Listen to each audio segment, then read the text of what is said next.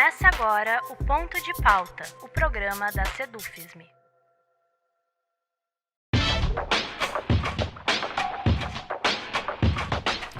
Em 20 de novembro de 1695, era assassinado em uma emboscada uma das principais lideranças negras da história brasileira, talvez até para além do Brasil.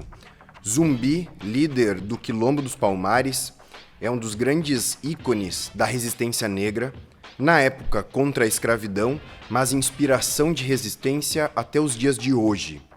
Tanto que é em referência a ele que o dia 20 de novembro, celebrado no último domingo, é o Dia da Consciência Negra.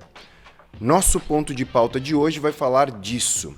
Como convidada, temos a professora do Departamento de Metodologia do Ensino do Centro de Educação da Universidade Federal de Santa Maria, professora Leonice Mourad. Eu sou Rafael Balbueno e o nosso ponto de pauta de hoje é o Dia da Consciência Negra. Professora Leonice, em primeiro lugar, muito obrigado pela sua disponibilidade em conversar conosco. Imagina, Rafael, eu que agradeço o convite, a deferência, enfim, para poder falar de um tema tão importante, tão necessário, enfim, né, nessa oportunidade. Perfeito. Professora, para começar, eu gostaria de lhe perguntar o seguinte.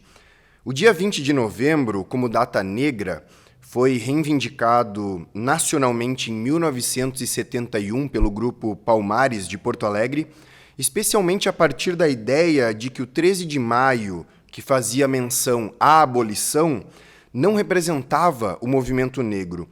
51 anos depois da reivindicação dessa data, o que representa esse dia e esse mês da consciência negra?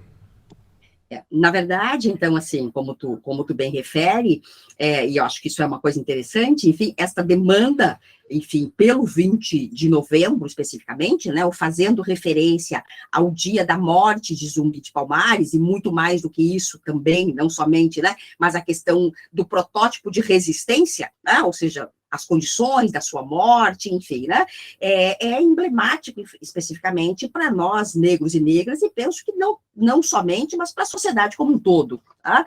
E efetivamente se consolidou numa historiografia, e aí principalmente naquilo que nós chamamos, né, Rafael, de uma historiografia escolar, tá? Ou seja, a escola como sendo esse espaço de construção dessas memórias coletivas.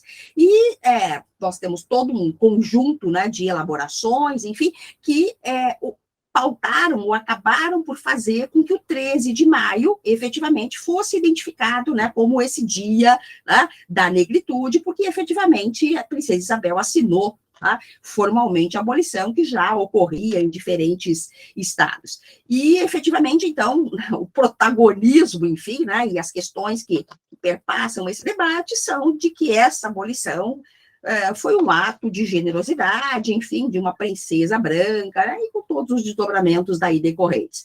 E nesse sentido, então, um grupo, né, então, do que eu muito me orgulho, enfim, né, de gaúchos e gaúchas, né, sul-rio-grandenses e sul-rio-grandenses, né, para ser mais específico, enfim, começa a demandar essa questão na década de 70, enfim, né, trazendo isso, e até que a nacional incorpore isso, né, que o movimento negro unificado acaba incorporando.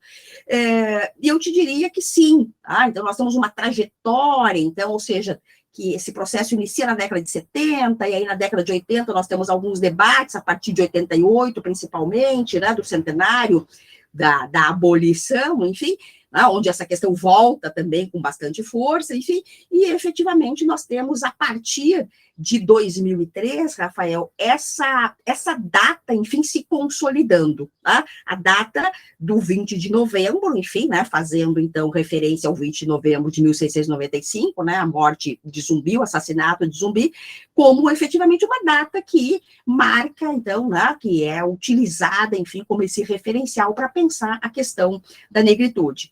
Essa questão entra, então, no calendário escolar, tá? Então isso é importante para pensar a escola, e eu trabalho com formação de professores, né, no CE, para pensar a escola como esse espaço de produção de identidades e de memórias coletivas, enfim, e com com a incorporação, enfim, né, ou a partir da lei, né, 10.639, que torna obrigatório o ensino de história e cultura afro-brasileira e africana, né, nós chamaremos hoje afrodiaspórica, nas escolas. Mas é preciso destacar, então, em que pese então, isso entrar especificamente nisso, foi só em 2011 que houve uma legislação dizendo efetivamente, bom, o 20 de novembro é efetivamente isso.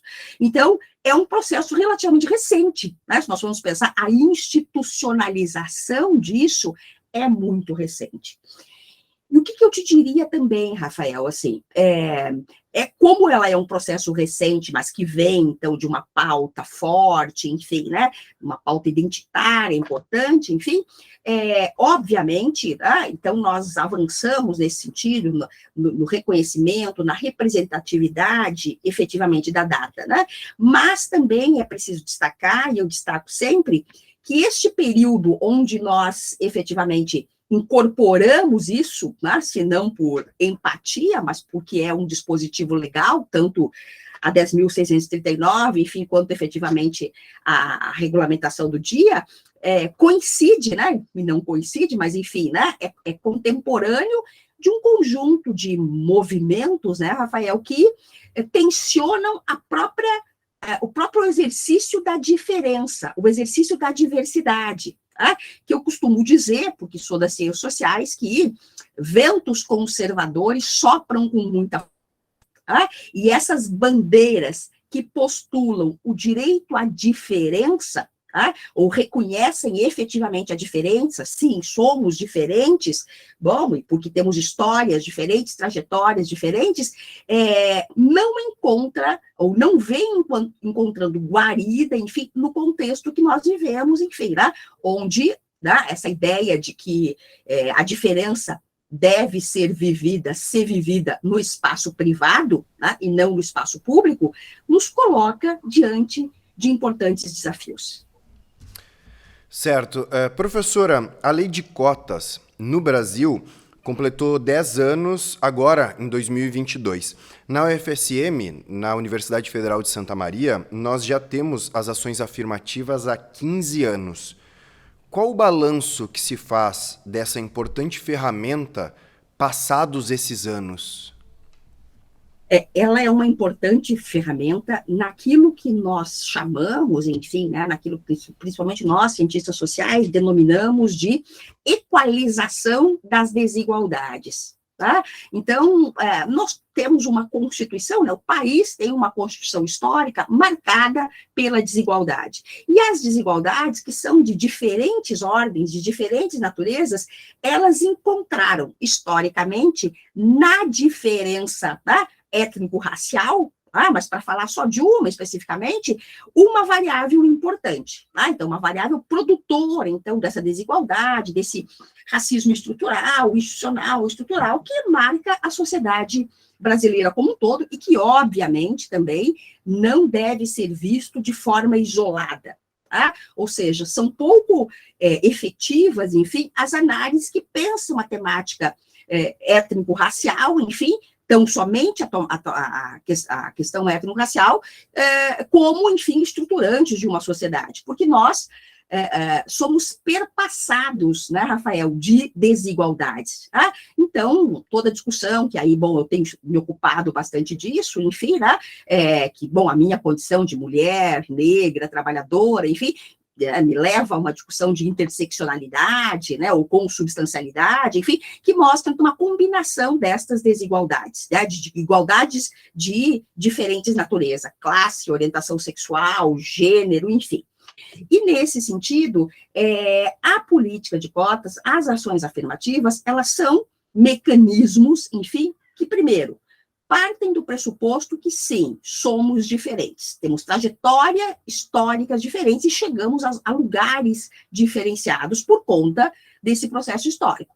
Além disso, Rafael, nós temos um desafio, né, colocar nesse sentido, sim, de como a gente pode viabilizar e compensar, então, essas trajetórias diferenciadas, permitindo ou contribuindo, enfim, para que os diferentes espaços possam ser acessados de uma forma mais equalizada. Tá? Então, a demanda pelo direito da diferença nos leva especificamente a pensar a questão da equidade. Tá? E a questão da equidade, ela pressupõe isso, né? Que tratar igualmente os desiguais agudiza a desigualdade. Tá? Eu preciso dar tratamento diferenciado para os diferentes, enfim, como forma de buscar isso que a gente chama de equalização, tá?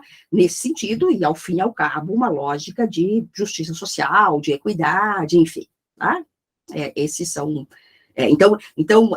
nós temos importantes desafios, tá? Porque, digo, as políticas afirmativas, as ações afirmativas, enfim, né?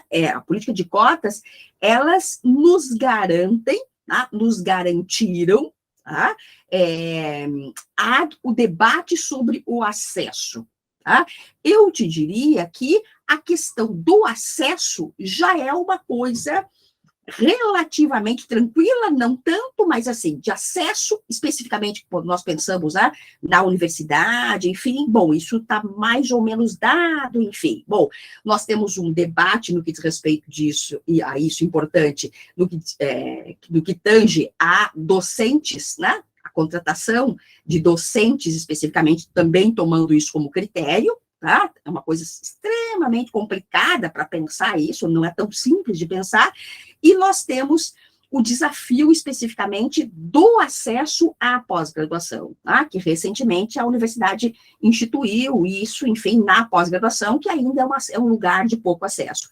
Mas independente disso, né, então, acesso à graduação, acesso à pós-graduação, enfim, penso que nós temos que pensar acesso também a projetos de iniciação científica, enfim, eles são de suma importância, tanto quanto o acesso à universidade, porque nós sabemos, né, Rafael, que parte do êxito, né, do teu acesso à pós-graduação depende da tua trajetória na graduação. Então, inserção em grupos, né, participar desses espaços de pesquisa, enfim, são questões absolutamente importantes que permitem, né, e que são requisitos para te acessar a pós-graduação.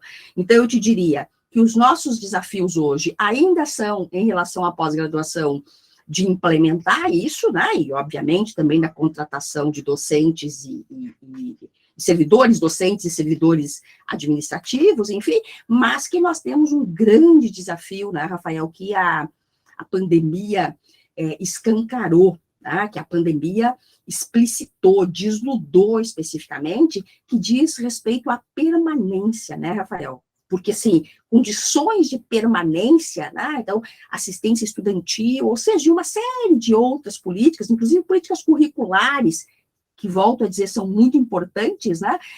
Ainda deixam muito a desejar. Tá?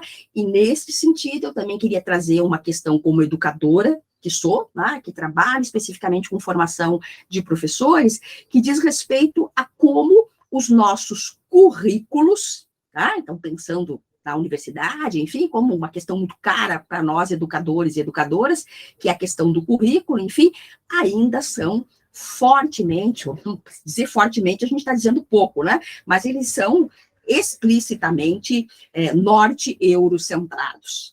Tá? Então, como os nossos saberes, tá? As nossas práticas, as nossas concepções de mundo, tá? Enfim, negras, indígenas, enfim, camponesas, né? Vamos pensar, levando em conta os tipos de política de acesso, de ações afirmativas, né? Os vários tipos de ações afirmativas, como elas não se encontram materializadas no currículo. Então, como nós também, docentes, tá, temos um desafio de incorporar isso, de pensar a universidade como um espaço universal, efetivamente como um espaço plural. Tá? Gosto muito de pensar, e gosto muito da frase do subcomandante Marcos, enfim, que ele diz, né, eu desejo um mundo onde caibam todos os mundos. Tá? E é mais ou menos isso que eu penso da universidade. É preciso uma universidade onde caibam todas, né, as particularidades, enfim, né, ou todos os mundos. Professora, a senhora já acabou entrando um pouco nessa questão que eu quero trazer agora em uma pergunta específica.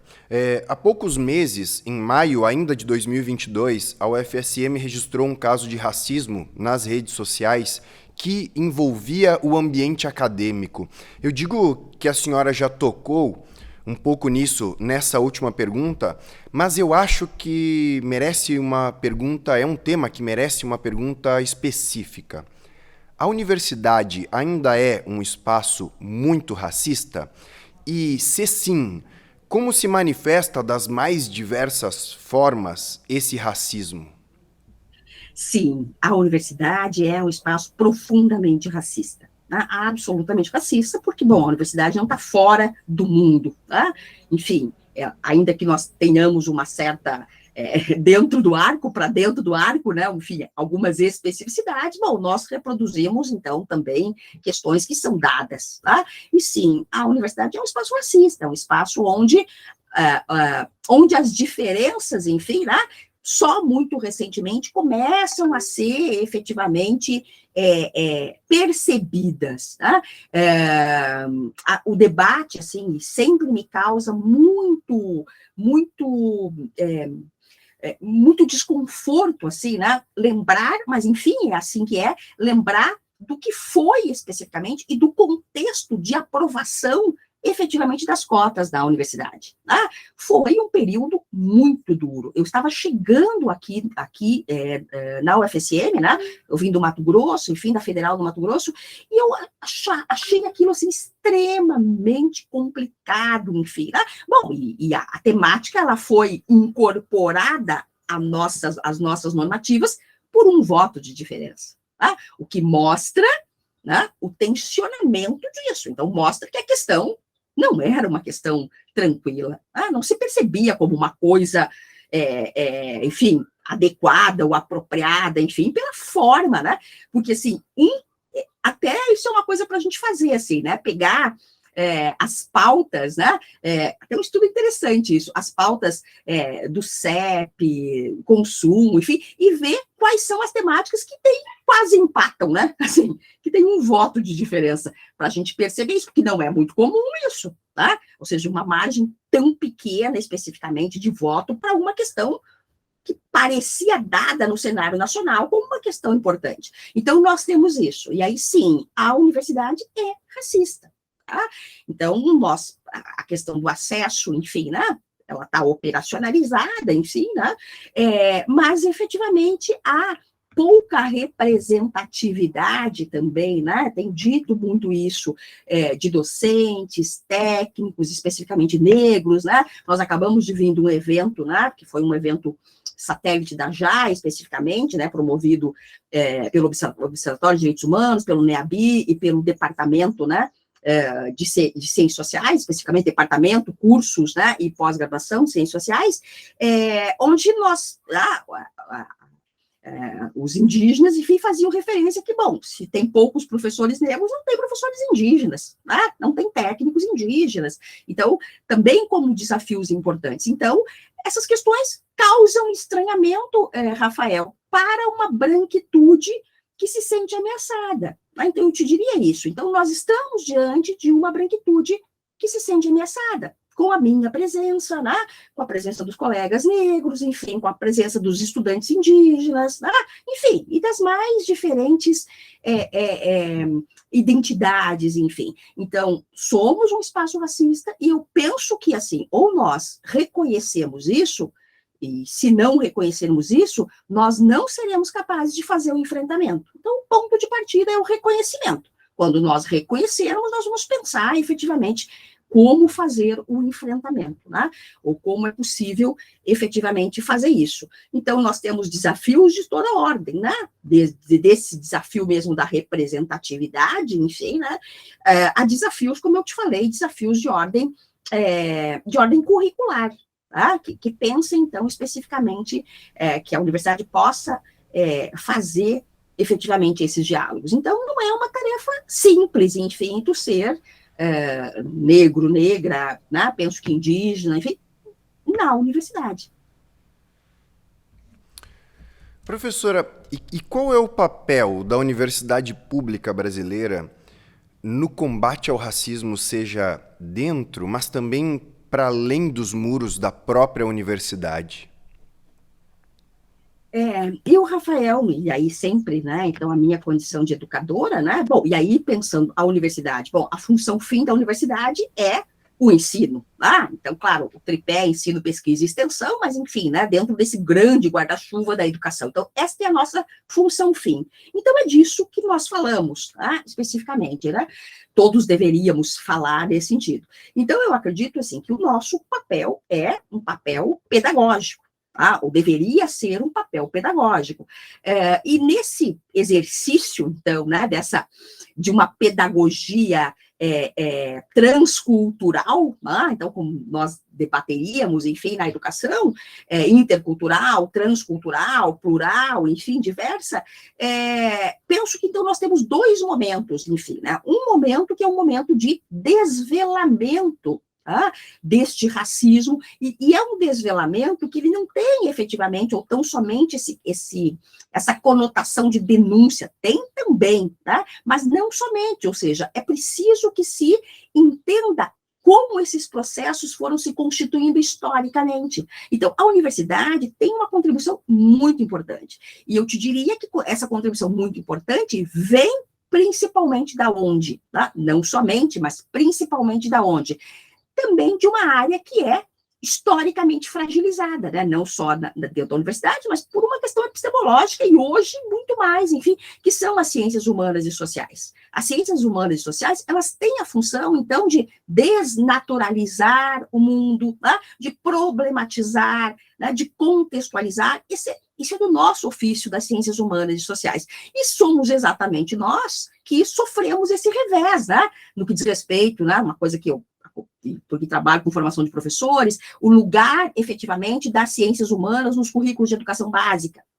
Como é que nós nos organizamos, enfim, como essas questões são recebidas. Então, eu penso que a universidade, ela tem um papel importante, que é um papel de informar, e é uma informação que não é pontual, não deve ser pontual, ela deve ser contextualizada, historicizada, enfim, para que a gente pense essas questões estruturais e estruturantes, e efetivamente que a gente assuma, então, uma postura plural, efetivamente, uma postura que dê conta disso. Tem uma questão que eu acho que está relacionada à tua questão anterior, como ele se manifesta, esse racismo, enfim, e aí eu queria te dizer uma coisa que vem me incomodando profundamente, a partir de um projeto que eu venho desenvolvendo, enfim, aqui na universidade. É o que nós, educadores e educadoras, chamamos de... Então, nós temos o racismo, nós temos, então, essas coisas terríveis, enfim, que tu relata, nós temos, então, isso de uma forma também, às vezes, enfim, a partir de relatos, principalmente de estudantes, enfim, que sofrem isso, ponto. Mas nós temos também uma coisa que a gente precisa ficar muito atenta, Rafael, que é o que nós, educadores e educadoras, chamamos do currículo oculto. Isso é uma coisa terrível. O currículo oculto é aquele que não está escrito, onde tu não tem questões escritas, nesse sentido, mas é que ele está o tempo todo agindo, o tempo todo. Então, nós temos condutas que eu te diria que eu, Leonice, particularmente, teria dificuldade, e sou muito atenta a pensar isso, absolutamente atenta, e tenho uma formação também muito dura, Então, assim, que eu confrontaria, sei lá, um colega, um estudante, eu confrontaria diante de uma postura que eu identificasse como preconceituosa, racista, enfim, Então, eu faria, efetivamente, esse confronto, nesse sentido, porque tem elementos, então, para identificar isso, essas sutilezas, esse racismo recreativo, essas piadinhas, enfim, ponto. Mas, efetivamente, nós vivemos algumas situações onde tu está quase que, inegavelmente, ou quem vive sabe que está numa situação de segregação, uma situação de preconceito e discriminação, mas que isso é muito sutil, E isso fica operando o tempo todo, Rafael, o tempo todo na universidade. Então, tu tem desde posturas escancaradas, enfim, que podem ser podem, e penso que serão criminalizadas, é o mínimo que se espera, tá? Então, criminalizadas na esfera apropriada e encaminhadas administrativamente na nossa esfera, né, internamente, mas tu tem um conjunto de posturas que tu percebe, tá? Que tu percebe. Então, me chega relatos muito frequentes, tá? Que são relatos, e aí eu vou dizer, do meu centro, que é o Centro de Educação, tá? Que denunciam e evidenciam, então, a força desse racismo, do preconceito, da discriminação, operando pela lógica do currículo oculto.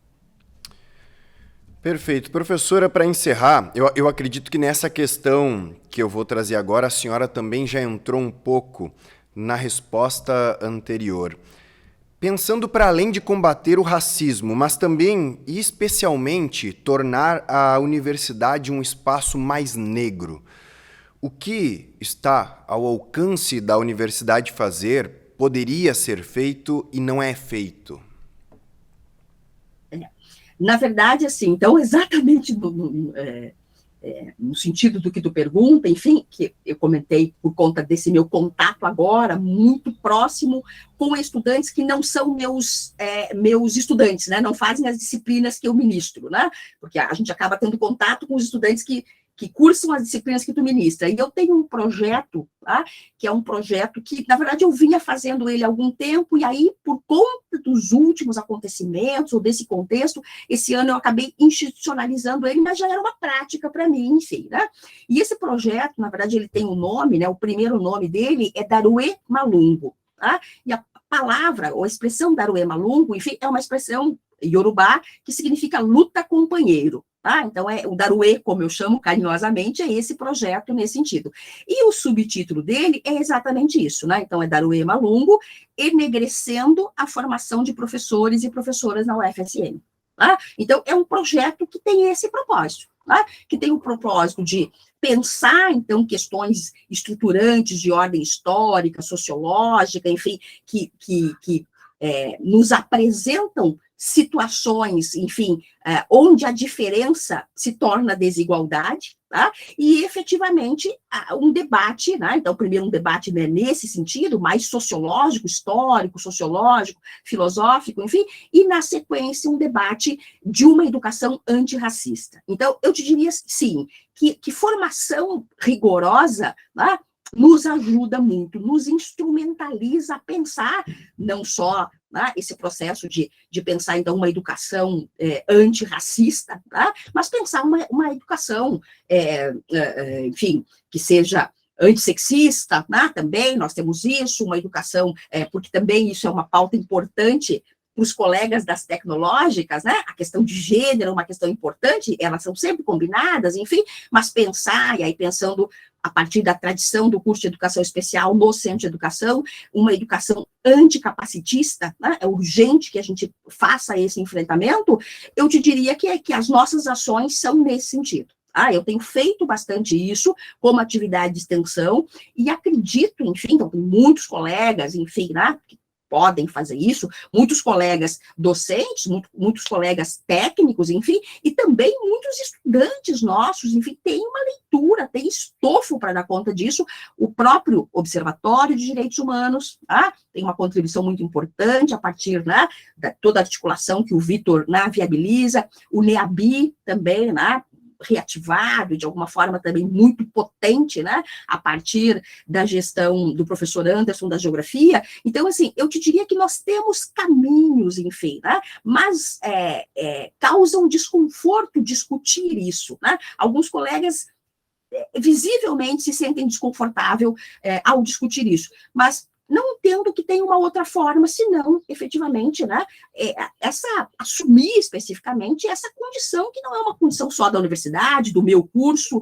do outro curso, deste currículo, enfim, mas que é uma proposição, efetivamente, da nossa sociedade, que precisa ser enfrentada nos diferentes espaços, né? Então, assim, o Darué, que inicia também como um projeto de formação de professores e professoras, né, enegrecendo a formação de professores e professoras, ele acabou se estendendo para os bacharelados também, né? Os colegas que não são das licenciaturas acabam me convidando, eu tenho ido, já fui no Politécnico também, as colegas do médio do Politécnico, né, acabaram me convidando. Então, são essas ações, né? A gente vem com um conjunto de ações importantes nesse sentido. Perfeito. Professora Leonice, eu gostaria de agradecer pela sua atenção e disponibilidade em conversar conosco. Imagina, Rafael, estou sempre à disposição, enfim, né, o que precisarem é só me demandar, e agradeço muito a oportunidade, enfim, por poder falar num tema que sim, né, não é um dos temas, não é um tema agradável, mas ele é do jogo, né? Ele é do contexto e a gente precisa se debruçar nele. Então, te agradeço muito e agradeço os ouvintes também. Muito obrigado. Assim encerramos aqui o nosso ponto de pauta de hoje, que contou com a presença da professora do Departamento de Metodologia do Ensino do Centro de Educação da Universidade Federal de Santa Maria, Leonice Mourad. Essa edição do Ponto de Pauta, como de costume, estará disponível em vídeo e podcast nas nossas redes sociais e no nosso site. O endereço do nosso site é www.cedufisme.org.br. Obrigado pela audiência e até a próxima.